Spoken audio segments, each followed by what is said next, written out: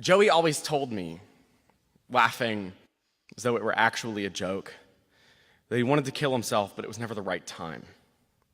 There were always groceries to be bought and little brothers to be tucked in at night. Don't worry, Joey isn't going to kill himself 20 more seconds into this poem. That's not the kind of story I'm telling here. Joey got a promotion, and now he can afford antidepressants.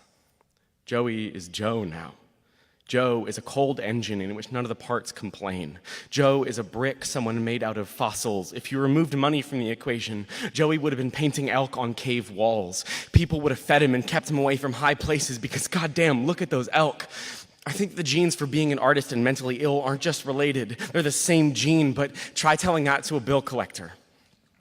We were 17, and I drove us all to punk shows in a station wagon older than any of us. We were 17, and I bought lunch for Joey more often than I didn't. We were 17, and the one time Joey tried to talk to me about being depressed when someone else was around, I told him to shut the hell up and asked if he needed to change his tampon. You know that moment when the cartoon realizes he's taken 3 steps off the cliff, and he takes a long look at the audience like we're holding the last moving box in a half-empty house.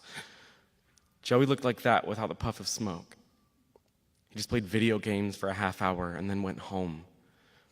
I once caught Joey in my dad's office, staring at the safe where he knew we kept the guns. Once, Joey molded his car into the shape of a tree trunk and refused to give a reason why. I once caught Joey in biology class, staring at his scalpel like he wanted to beat a frog, splayed out, wide open, so honest. There's one difference between me and Joey. When we got arrested, bail money was waiting for me at the station. When I was hungry, I ate. When I wanted to open myself up and see if there really were bees rattling around in there, my parents got me a therapist. I can pinpoint the session that brought me back to the world. That session cost $75. $75 is 2 weeks of groceries. It's a month of bus fares, not even a school year's worth of new shoes. It took weeks of $75 to get to the one that saved my life. We both had parents that believed us when we said we weren't okay, but mine could afford to do something about it. I wonder how many kids like Joey wanted to die and were unlucky enough to actually pull it off. How many kids and people who cared about them but also had to pay rent.